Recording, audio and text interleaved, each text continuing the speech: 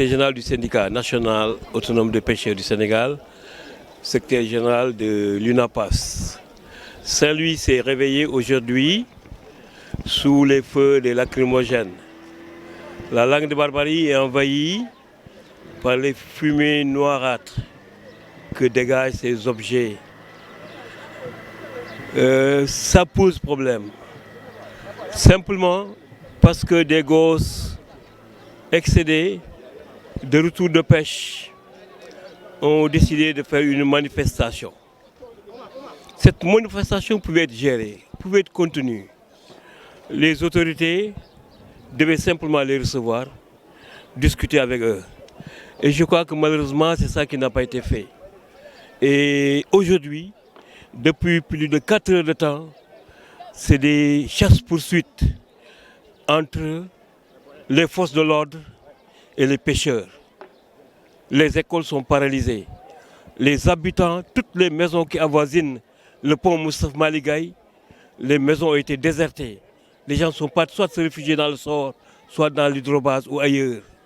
Un problème grave se passe. Alors que réellement, c'est un petit problème qui pouvait réellement être géré. Monsieur le ministre des Pêches et de l'économie maritime s'est rendu en Mauritanie et le problème a été réglé pour les licences de pêche. Une réunion a été tenue ici à la Chambre de commerce. Un compte rendu fidèle a été donné aux pêcheurs. Des problèmes qui ont été soulevés sur l'ensemble des problèmes, il ne restait qu'un seul problème à régler. C'est des amendes qu'il fallait payer. Et le ministre nous a dit ouvertement que pour ces amendes, c'est parce qu'une partie des pêcheurs avait déjà payé que ce problème n'a pas été réglé. Donc forcément, les autres doivent payer ces amendes. Mais malheureusement aujourd'hui, les pêcheurs depuis le 1er janvier ont donné leur argent pour les licences de pêche. Ils considèrent qu'ils devaient les pêcher. Du 1er janvier jusqu'à ce jour, ils ne peuvent pas aller pêcher. Alors que les licences, on doit comprendre que c'est juste pour une période déterminée. On nous a autorisé à pêcher du poisson pélagique. Et ce poisson pélagique n'habite ni au Maroc, ni en Mauritanie, ni au Sénégal. Quand ce poisson est en Mauritanie, les licences nous permettent d'entrer en Mauritanie de pêcher ces poissons. Mais si nous devons attendre que ces poissons arrivent au Sénégal, on n'a plus besoin de licences. Donc, si on a acheté les licences, c'est pour avoir la possibilité d'aller chercher le poisson pendant qu'il est dans la zone mauritanienne. Aujourd'hui, on dit qu'il y a des amendes, mais personne, ni les Mauritaniens, ni les autorités du côté du Sénégal ne peuvent donner le montant exact des amendes. Et on ne peut pas demander à quelqu'un de payer un montant qu'il ne connaît pas. On ne peut pas demander à quelqu'un de payer un montant qu'il ne connaît pas. Le problème, c'est simplement de s'asseoir autour d'une table, d'éclaircir le montant des amendes. Les Mauritaniens doivent dire avec précision. Le montant des amendes. Les Mauritaniens doivent dire avec précision, puisque toutes les pirogues sont immatriculées, toutes les pirogues qui possèdent les licences sont identifiées. Les Mauritaniens doivent nous dire qui sont les pirogues qui sont concernées par ces amendes. On les met sur la table, on les discute et on doit le faire d'une manière inclusive. Tant qu'il y a un groupe qui cherchera à s'accaparer de ces licences et à vouloir les gérer en vase clos, ça posera problème. Le problème, c'est qu'il faut mettre le problème sur la table. Il faut d'une manière inclusive convoquer tout le monde et que les Mauritaniens disent exactement quel est le montant des amendes. Omar Awa Diagne, du président association pour la promotion socio-économique des pêcheurs, acteurs de la pêche de Saint-Louis. waaw tey dañu xëy rek gis xale yi commencé xeex attaqué jëm bureau gouvernance pour gouverneur recevoir leen mais gouverneur bi recevoiru leen ba loolu moo waral coow li. lan ngeen jàngate mbir mi. waaw mbir mi liñ ci jàngat yow Barbier ci Ndar maanaam jafeñ-jafeñu Ndar dafa tàmbalee ci bël bi soo ko xoolee 2003 ba tey dafa tàmbalee ci bël bi nga ñëw si booru géej gi suñu kër yi daanu.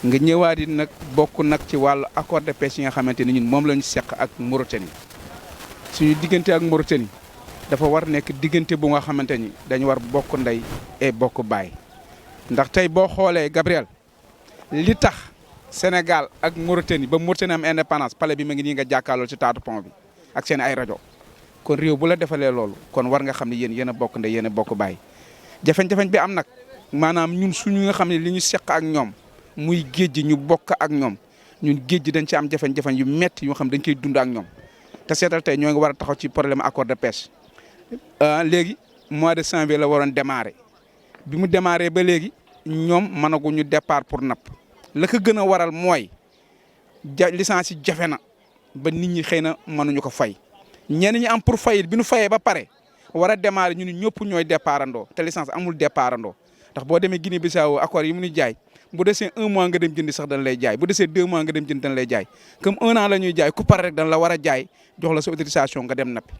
beneen bi si gën a tegu it suñu diggante ak Mauritanie suñuy dox accord yi dafa war a tombeek licence bi Sénégal yëpp ñoo ko bokk kon Sénégal yëpp gis seen bopp mais benn comité rek moo ciy gis boppam muy Sen Tournante te si biir Sen Tournante bi gis bi mu siy gis boppam jafe-jafe yu bare bokk na si ndax naaxu yaabooy mënoo ko mbaal ni kibaar du si bokk ni lañ du si bokk ni jay du si bokk yooyu yëpp dañ ko def si biir kii bi mu nekk galgal buñ ci gisee benn jay dañuy teer sa gaal war a 50 millions yàq ko.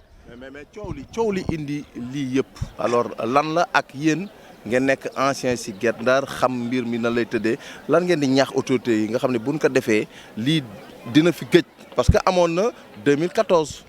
waaw li leen ciy ñaax maanaam mooy pour lii bañati am il faut accord de pêche yi di teel a am ñu di ko teel a waxtaanee teel ko teg si taabal ji su at mi desee 6 mois war na fekk licence bi yëpp pare ñu teg ko si taabal ji ba bu at mi jotee ñu war a démarrer mais loolu la état bi deful nappkat yi loolu la deful te na war a toog pencoo ko nag ak sénégalais yi pencoo ko ak waa Ndar yi nekk si dëkk bi suñ diggante ak Mauritanie ba lii bañati am ndax lii mën na ñàkk nag.